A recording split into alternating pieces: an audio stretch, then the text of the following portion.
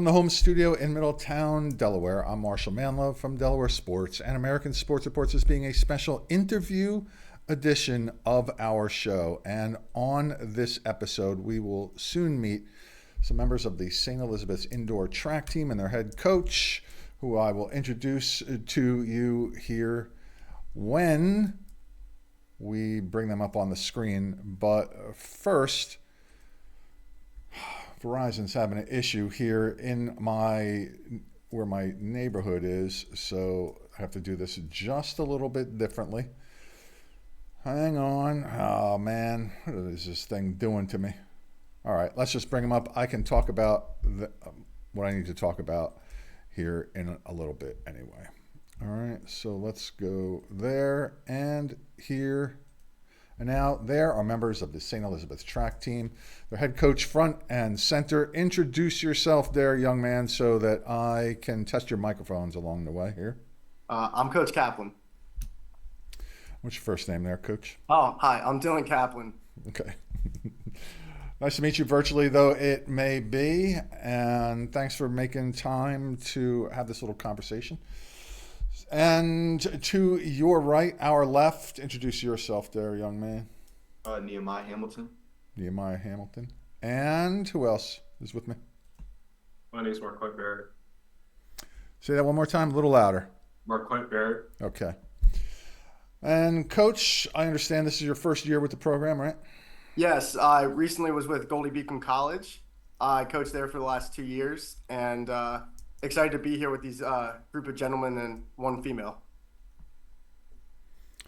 A small team. Absolutely, but it's really nice. We're a young team too. These are our two senior captains right here. Besides them, right now for indoor, we have all 8th graders and 9th graders. So it's really exciting to be a part of this, just because we're going to be growing and we're only going to get better. And but for outdoor, our numbers should double in size. So, but even with the small team right now, we're going to be really competitive. Hopefully, send a couple kids to state, and first meet is this Friday this Saturday. Sorry, at Tower Hill. So, really excited to show off the hard work that these guys have been doing. So, what brought you over to St. Elizabeth? Honestly, just the school in general.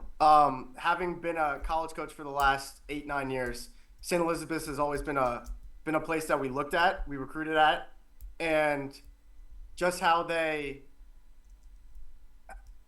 showed themselves, how they presented themselves, and it's just a well-respected high school, and it's definitely a place I felt like my values aligned with their values, and honestly, getting a chance to be able to coach kids like these two young gentlemen right here, just got me really excited for the position. And honestly, I wanted to help bring that college atmosphere to the high school level and give opportunities to kids and help them go to college and help them achieve their goals every year as well. So at the college level, I felt like you can do a lot for somebody, but at the high school level, you can be really more hands-on and more involved and make more of a difference. So, looking at the roster, getting to meet everybody, I'm just excited about, being here and being able to help.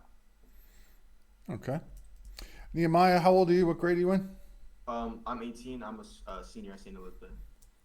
And what events will you participate in? On Saturday, I'm competing in the 55, the 200, and the 4x2. And the 4x2, is that what you said? Yes, sir. Nehemiah will also be in the 400 this year. Yeah, he will. He doesn't approve of it, but he will be running in the 400 this year as well. You have to run in as many as possible. You got to rack up those points somehow, right? No doubt about that. And so, what's your favorite event then, Nehemiah? Probably the 200. Okay, that's only 400 is not that much further, really. Yeah, it's not. It's just a little more of a different animal when you're running it. It takes more skill. How so? When you're running the 400, it's all about the pacing and how you break down the 400 race and everything like that. So it's more studying of the actual race. Interesting. And Let's see. Who's going to be your main competition that you are aware of there, Nehemiah, come Saturday? Our main competition, well, I don't really know who we're racing on Saturday, but I'm willing to compete with anybody. Okay, So, well, that's the right attitude. Our competition is always gonna, like I tell them at practice every day, our competition's ourselves. We can beat ourselves, and so going into it, we just have to have the right mindset. We have a great group of kids here, and as long as they're mentally there, they're gonna compete with the best of them. So Nehemiah, what would your goals for yourself be this year? um, just to be out and be the best athlete I can be and everything like that. I definitely want to cut some time off of my races from last year. So I definitely want to just improve on overall my best events and things like that. Okay. So I take it that you'll compete in the spring. Did you compete in any sports this fall? Yes, I play football. Nice. And what position did you play there? Cornerback, running back, and slot receiver. Oh, you were busy there too, huh? Yeah, Yes, sir. a lot of positions there. And Marquez, how old are you? What grade are you in? I'm 18 and I'm a senior. And what are your events? 4 and 800. What was that? 4 and 800. Oh, the 800. Now see that's the one to dislike. That's the one. I remember trying to do that when I was in high school. I did that. I tried once. That was it. I was out. I went and high jumped. Because you're sprinting basically for a half a mile. It's I look. I joke about all this stuff. I have total respect for anybody who does distance races, and I consider a half mile a distance race, even though you're basically sprinting. And which of those events do you prefer? I prefer the 400. Yeah, right, because that's less. That's right, not to go as far. So, how many miles do you think you run each week right now, Marquez? Approximately. I would say right now for a week for you, it's probably we're gonna go around 30. Wow. Just because we're focusing more for the sprinting right now. Okay. For indoor, we're building up towards outdoor. Oh, okay. I see. All right. But Marquette had an injury last year, so we're kind of taking it a little bit easy and nursing him back to health too. Okay. So I take it you'll compete in the spring. Did you do anything in the fall, Marquez? I did. Okay. Just rest up. Yeah. Get mentally prepared for indoor season. Yeah. Yeah. And so I take it that one of your goals will be to improve your time and all that. But do you have any other things that you are expecting of yourself, or you want to achieve in some way? I just want to stay healthy. That's a good goal. That's for sure. So, how is nutrition playing a role in your season here so far, or just in general? I've been eating good so far because last year I was eating a whole bunch of junk, and you see how that got me from last year. I was injured the whole season. Yeah. Now, will you participate in like a pasta dinner or something like that the day before the race? Yeah. I'll tell you a quick story. This isn't about me, but it's just I tried to run because I wanted to run a half marathon. It was a sprint triathlon. So I heard that you eat pasta, right? So I ran a lot. I was pretty good shape I was at 35 at the time. And the night before, I had like 2 giant plates of pasta, and I could barely move the next day. I had no one to guide me along the way. Like I didn't have an experienced coach like you guys do to to help me out at the dinner table or any place else along the way. So how about you, Nehemiah? What about you as far as nutrition is concerned? I tend to already eat healthy because my mom's a vegan, my brother's a vegan, so I already have that green in my diet already. So it's just me make sure I have enough protein in my body and things that really will fuel my muscles to run.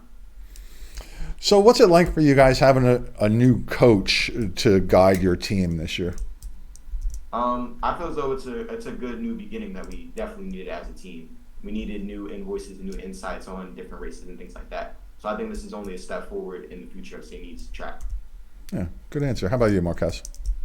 I agree because now we have a coach that already knows about the college level, so he's teaching us how to be prepared for the next level in our lives. Yeah, that has to be beneficial. I just heard this story that Bill Belichick might coach the University of North Carolina football team. I don't really want to talk. I'm a Duke fan, so I mean, I don't care. For me, it doesn't bother me. Yeah, but it's kind of the same concept, though, right? So you have somebody at the next level who knows what it's like and what it takes to be prepared, right? For, in his case, it'd be college to pros. In your case, it'd be high school to college, right? So I think that's got to be a great advantage for you guys. Yeah, I mean, yeah. Besides just getting them ready for college, so I want to also help them just get ready for life in general. Mm-hmm. Whether because college isn't for everybody. Obviously, I hope all of my athletes go to college, get a great education, but I want to be there for more than just that, like whatever, my athletes know whatever they need me for, I'm going to be there for them. And I'm going to do whatever I can to help them. So whether it's college, whether it's, helping them with an English essay, I'm not going to write it for them, but, being able to just being there, I want to be someone that they know is just going to be there. So just guide them any way possible. Not just for college, but yeah, I mean, one of my goals is those two that, with these two, the first thing I did when our first meeting, we talked about like what everybody's goals are, what they want to do for college, what they want to, just everything. A big part of us is goals. We always set little goals so we can get to those goals and get to the next goal. So it's kind of just, we want to build for the future. And yeah, part of that is, getting them to college. And right now, both of them are on great paths right now. Neither of them are going to announce their decisions today, so you're not going to get that scoop. I'm sorry, but they're on a good pace right now. Yeah, I think at this level, that approach to coaching is much more important than a lot of people really consider, because they're boys transitioning into men here at the same time, and all the personal life happenings that go along with that process, on top of being students and athletes and trying to succeed at all the above. So somebody who has that awareness as a coach is very, very valuable. Yeah, and the number one thing I can use as a coach to utilize is these two guys right here, my senior captains. Like I said, we have a really young team, and everybody, everybody looks up to them. Whether they like it or not, they know it. Nehemiah's brother's on the team, so he looks up to Nehemiah. He won't admit it, but just having these two here too, buying in, and it's going to help build the program in the future. Then, because next year, our leaders are going to be sophomores, so it's going to be, it's great having them here now. I mean, obviously for outdoor, we're going to have a lot more senior leaders, but it starts with these two, and. So it's grateful as a coach to have them coming in here for my first year at St. E's, and, helping the transition, but also, having somebody that the kids look up to. So on top of that, and the fact that success breeds success, what steps are you taking to help that program there grow for the future? So just kind of putting the right training plans in place. Coach Pinkney, who was the head coach here previous years, she's back here as an assistant coach this year as well. Just kind of building off of what her knowledge is though as well, and continuously putting in the right training plans, putting in the right mentorship, and kind of just putting on programs that we can use years after years, and just continue to building blocks little by little. Just kind of we want to push the bar, but we don't want to push the bar too much. Just kind of putting in a program that we can sustain. Showing that we can take the steps little by little and just grow. Somebody that I just want to show the kids that there's going to be some continuity. I'm going to be here, and we're all going to grow together. So I think just by being here, by showing up, by showing the kids that I care, and occasionally sparking some knowledge on them when they want to listen to me, is something that we can help the program grow. But honestly, the program growing is them in general, because they're the ones putting in the work, and everybody's working extremely hard right now, especially with the conditions. Like right now, we're practicing in a hallway because we're in Delaware. We don't have an indoor track. Right. And it's pretty ugly weather outside. And so just the kids putting in, people could just give up and, zone out for the day. But, we're out, these two are in here right now with me talking to you, but Coach Pinkney's out there with the other ones in the hallway, and they're sprinting. So, growing a program by just belief and buying in, that's the first step. And then, we'll continue to grow from there. And then, to add on top of it, I think that after Saturday, I think everybody's going to be a little bit more excited too, because I think we'll have some state qualifiers after Saturday. I'm not trying to get ahead of myself, but I think, once success, like you said, success breeds success. So, once we start seeing success, we'll start growing a little bit more, a little by more there.